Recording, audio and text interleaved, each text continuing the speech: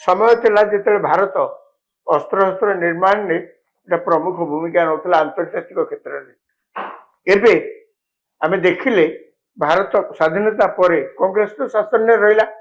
से माने निजे आमे वैज्ञानिक पद्धति रे गवेषणा करबा नुआ नुआ अस्त्र केदी बाहर करी हबो कोन हबो। एबे तो आमे अस्त्र विदेश को रप्तानी मध्ये करूची से कले कलेनी ये जहा फल आमे देखुचे ये 8-10 वर्षर फल प्रधानमंत्री कहले एवं ये 8-10 वर्ष रे आमे एते बाट जाइछु जे प्राय 100टा देश को वर्तमान आमे आर्म्स एक्सपोर्ट करू आमे एते बाट जाइछु जे आम निज तयारी अस्त्र शस्त्र आमे देखै देलु। गुरुत्वपूर्ण कथा मु आपन को आ गोटे कथा कहि रखे जे हमर विदेश नीति आउ आम देश भितरे नाही। अजरबैजान आर्मेनिया भितरे जेतेबेले युद्धपूर्ण स्थिति थिला एबे मध्ये नागोर्नो काराबाख को नै जेतेबेले गोटे बड़ कथा सामना को आसीतिला सेतेबेले भारत तार कूटनैतिक स्तर रे विदेश नीति को बाहर को नै सीधा सलक आर्मेनिया को समर्थन करथिला। आ गोटे कथा प्रधानमंत्री काली तांको भाषण प्रसंग रे कहिसंती जे एबे भारत ऊपर जदि पाकिस्तान आक्रमण करे आतंकवादी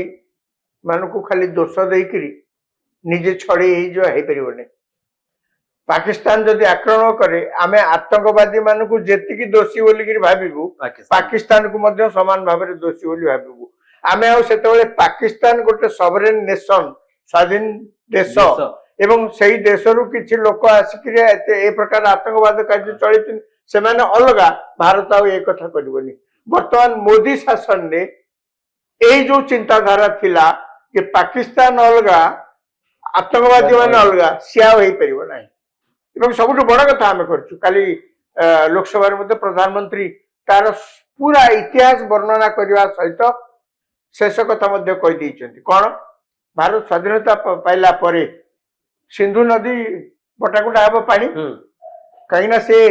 सिंधु नदी हम भारत भीतर जाई तिब्बत रु बाहरी भारत भीतर जाई पाकिस्तान ने पड़छि।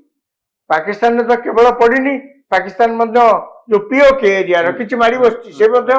तारी भितर कंट्रोल ले बर्तमान अच्छी किंतु भारत से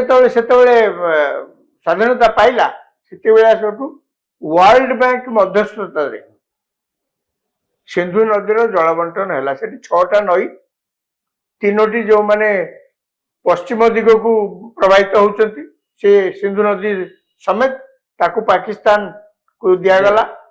जो माने पूर्व आड़ को चेनाब झेलम सिंध पाकिस्तान पटे रहला रावी सतलेज ब्यास आम आड़े रहिला खाली सेतिकी नुहे जो देश देश भीतर एग्रीमेंट करा गला से एग्रीमेंट रे एभली भाव रे खाली प्रधानमंत्री प्रांजल भाव रे कहउथिले मध्य से एग्रीमेंट को एभली भाव रे तो करा जायछि जो तरह कि पाकिस्तान एवं विशेष करी पाकिस्तान पंजाब अंचल चाषी माने लोक माने बेसी लाभवान हे पाकिस्तान बेसी लाभवान हम तानरे एभली लेखा जायछि व्यवस्था जे भारत चाहिले भी डिसिल्टिंग कर परिबनी माने आपण तादरु कचड़ा मध्ये बाहर कर दउ सफा कर परिबनी मोटामोटी कहया गेले नई आमर आम आडू बाहर छी आमर सेतर किछि अधिकार नै या आगे की व्यवस्था ए पर्यंत 1947 मसीह शेष युद्ध जो होता भारत पाकिस्तान सहित 71 कहतु कारगिल वार कहतु 65 कहतु पूर्व 48 मसीह जो युद्ध कथा कहतु कौन सी समय भारत ए विषय पदक्षेप नबाकू प्रधानमंत्री एथरक कहले पहलगाम रे आक्रमण है ऑपरेशन सिंदूर आरंभ है आमे सांगे सांगे निष्पत्ति नेलु घटना घटिबा पर दिन आमे निष्पत्ति नेलु बैठक बसला किछि नहीं सिंधु नदी पानी ताकू दिया जीवनी जेते जेते जेते जेते पदक्षेप निया जायछि तार मध्य विस्तृत विवरण देउतिले एवं आज मु वैदेशिक मंत्री को मध्य सुनथली राज्यसभा रे से कहले जे पाकिस्तान ने आतंकवादी माने खाई पी पोषी होउचंती ए कथा ए जो आतंकवाद एटा को पृथ्वी रो विभिन्न फोरम को आनिबारे प्रमुख भूमिका होची भारत से अन्य देश ए पर्यंत आतंकवादी टेररिस्ट बोलिगिरी मुह खोली कहया राजी हो